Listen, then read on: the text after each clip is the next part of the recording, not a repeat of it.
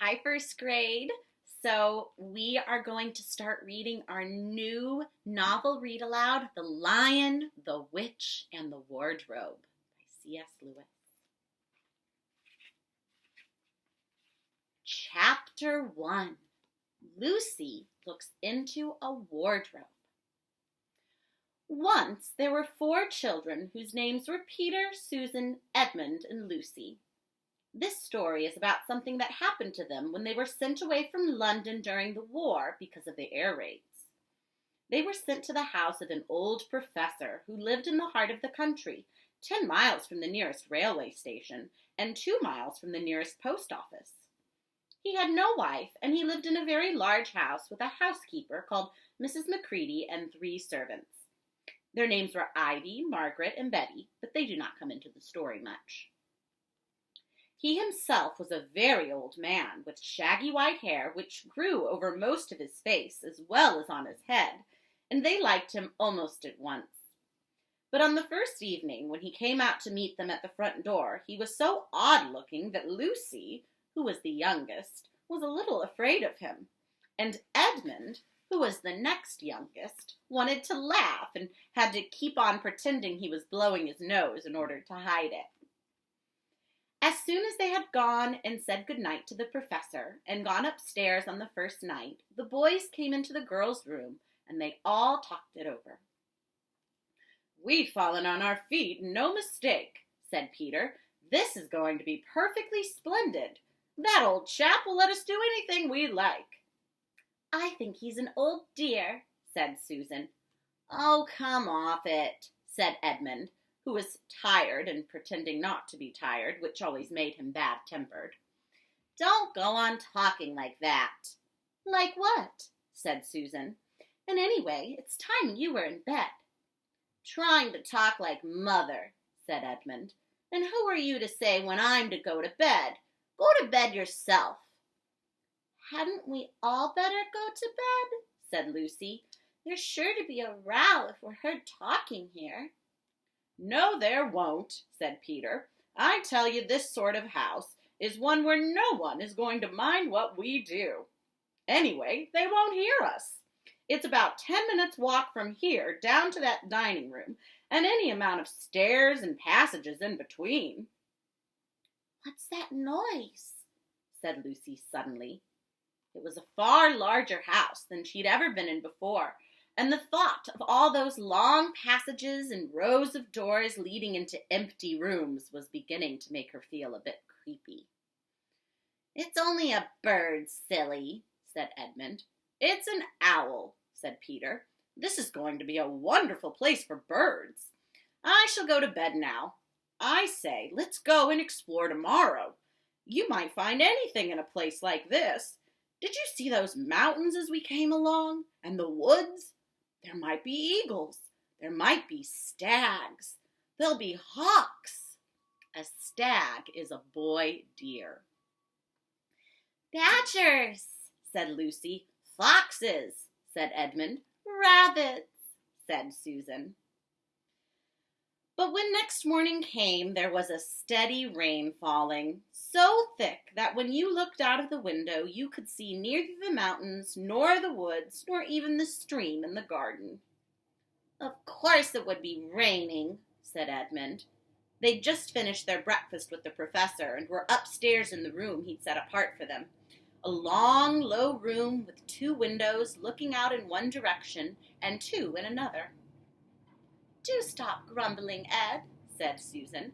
10 to 1 it'll clear up in an hour or so, and in the meantime we're pretty well off. There's a wireless and lots of books." "A wireless is a radio." "Not for me," said Peter. "I'm going to explore in the house."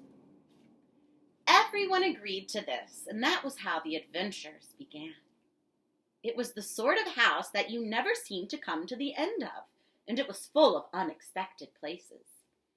The first few doors they tried led only into spare bedrooms, as everyone had expected that they would, but soon they came to a very long room full of pictures, and there they found a suit of armor.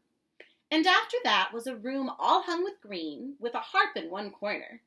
And then came 3 steps down and 5 steps up, and then a kind of little upstairs hall and a door that led out to a balcony. And then a whole series of rooms that led into each other and were lined with books. Most of them very old books, and some bigger than a Bible in a church. And shortly after that, they looked into a room that was quite empty except for one big wardrobe, the sort that has a looking glass on the door. There was nothing else in the room except a dead blue bottle in the windowsill. "Nothing here," said Peter, and they all trooped out again, all except Lucy. She stayed behind because she thought it would be worthwhile trying the door of the wardrobe, even though she felt almost sure it would be locked. To her surprise, it opened quite easily, and 2 mothballs dropped out. Here's the room with the wardrobe. There's the wardrobe there. It's a type of furniture, and you can hang clothes into it. It's a little bit like a dresser, but for clothes on hangers, like a closet. Looking into the inside of the wardrobe, she saw several coats hanging up, mostly long fur coats. There was nothing Lucy liked so much as the smell and feel of fur.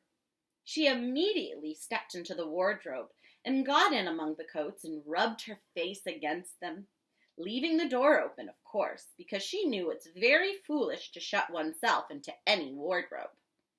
Soon she went further in and found there was a second row of coats hanging up behind the first one.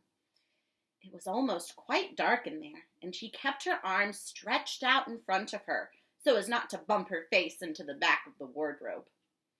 She took a step further in, then 2 or 3 steps, always expecting to feel the woodwork against the tips of her fingers. But she could not feel it. "This must be a simply enormous wardrobe," thought Lucy, going still further in and pushing the soft folds of the coats aside to make room for her. Then she noticed there was something crunching under her feet. "I wonder, is that more mothballs?" she thought, stooping down to feel it with her hand. But instead of feeling the hard, smooth wood of the floor of the wardrobe, she felt something soft and powdery and extremely cold. "This is very odd," she said, and went on a step or 2 further. The next moment she found what was rubbing against her face and her hands was no longer soft fur, but something hard and rough and even prickly. "Why, it's just like the branches of trees," exclaimed Lucy. And then she saw that there was a light ahead of her, not a few inches away where the back of the wardrobe ought to have been, but a long way off. Something cold and soft was falling on her. A moment later she found that she was standing in the middle of a wood at night time, with snow under her feet and snowflakes falling through the air. Lucy felt a little frightened, but she felt very inquisitive and excited as well.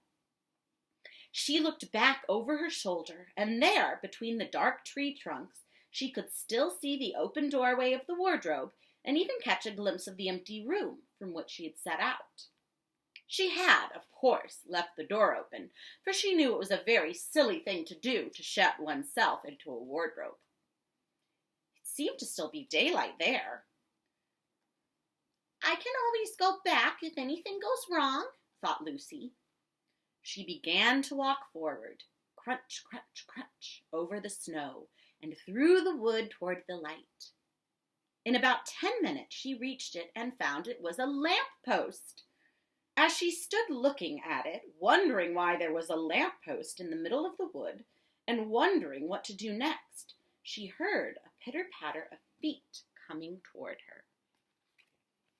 Here's the lamp post. It's like a street light, but from long ago. And soon, after hearing the pitter-patter of feet, she saw a very strange person stepping out from among the trees and into the light of the lamppost. He was only a little taller than Lucy herself, and he carried over his head an umbrella, white with snow. From the waist upward he was like a man, but his legs were shaped like a goat's. The hair on them was a glossy black, and instead of feet, he had goat's hooves. He also had a tail, but Lucy did not notice this at first because it was neatly caught up over the arm that held the umbrella so as to keep it from trailing in the snow. He had a red woolen muffler around his neck, and his skin was rather reddish too. He had a strange but pleasant little face with a short pointed beard and curly hair, and out of the hair there stuck 2 horns, one on either side of his forehead. One of his hands, as I said, held the umbrella. In the other arm he carried several brown paper parcels. What with the parcels and the snow, it looked as if he'd just been doing his Christmas shopping. He was a fawn. And when he saw Lucy, he gave such a start of surprise that he dropped all his parcels. "Oh, goodness gracious me!" exclaimed the fawn. And we'll have to find out who he is and where Lucy has gotten herself to in the next chapter. All right, friends, I'll see you tomorrow.